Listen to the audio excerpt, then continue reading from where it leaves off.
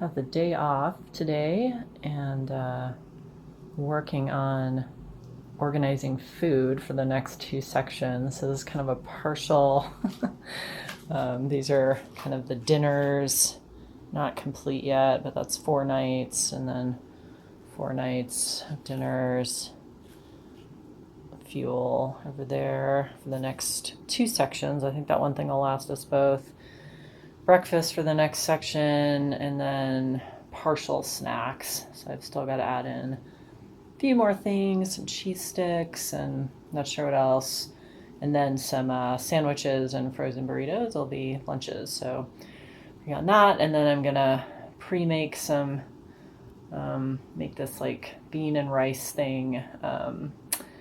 So I'm gonna make a couple of those for later on in the trip, and master list here of a backpacking checklist.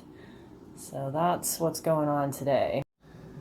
Have the day off today and working on organizing food for the next two sections. So this is kind of a partial, these are kind of the dinners, not complete yet, but that's 4 nights, and then 4 nights of dinners, fuel over there for the next two sections. I think that one thing will last us both.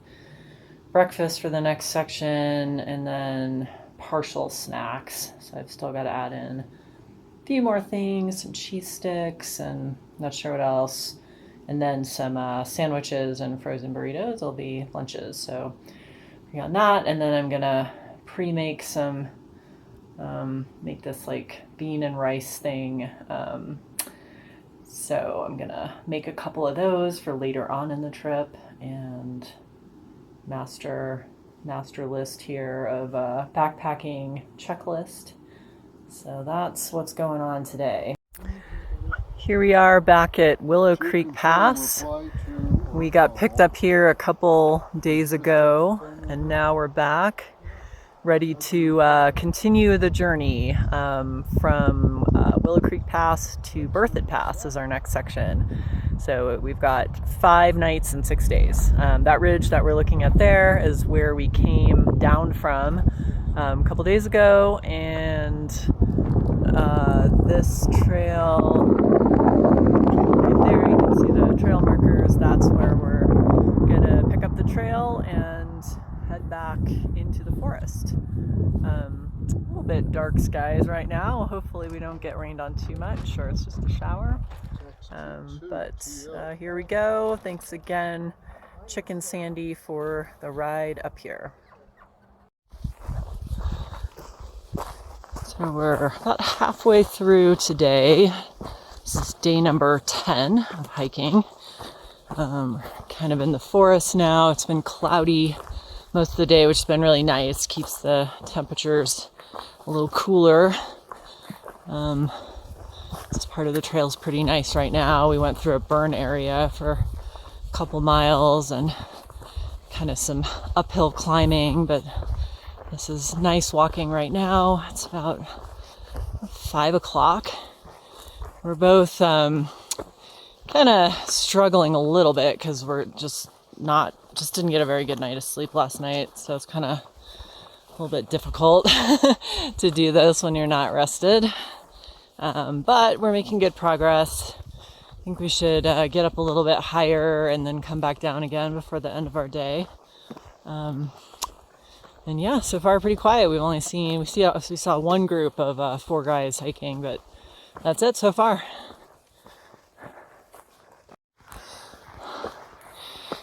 Okay, this is the final push to our high point for today, Bowen Pass.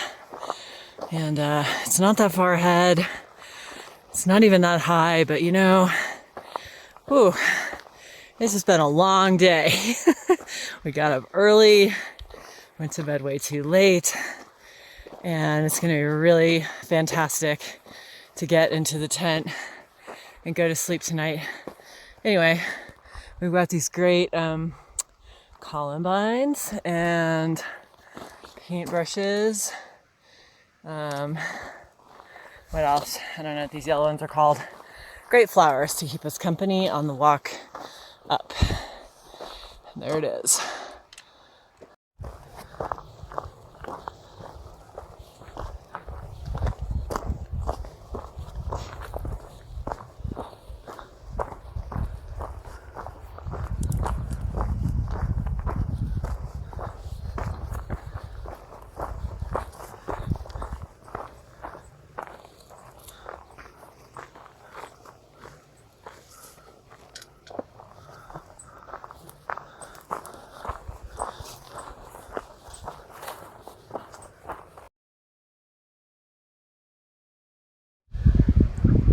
Okay, this is the beginning of day number 10.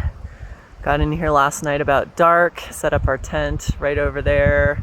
There's a nice creek we got our water from, and this was a really nice place to be. Haven't seen anyone at all the past almost day now. We saw moose last night. That was really exciting. Just as it's kind of getting low light, so I didn't take a video of it. I didn't think it'd come out, but pretty cool. He was just kind of eating willows and hanging out, looked at us, but didn't seem to care too much. That was neat. So today we're gonna pack up the tent and we're gonna head down the trail over there and walk into Grand Lake, where we'll spend tonight. It's about maybe 13, 14 miles, not quite sure. Pretty flat or downhill, so it should be a much easier day than yesterday, which turned out to be pretty hard. Anyway, nice start to day number 10. 11?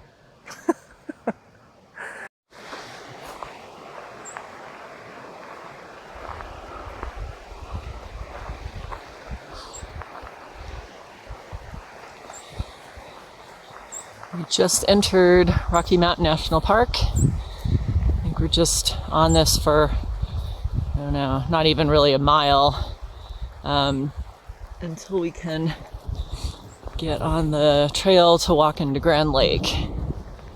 Some thunder happening in the distance, some good, threatening clouds up there. Anyway, really beautiful here. Just walking through this, and we should be in Grand Lake, I don't know, late this afternoon or early evening. Nice meadow. So we're walking through the edge of Rocky Mountain National Park. We're following the Continental Divide Trail through this little corner of the park, and about 2 miles away from the trailhead, there's a trail closure sign. So we're turning around now, going back to where we started about 45 minutes ago.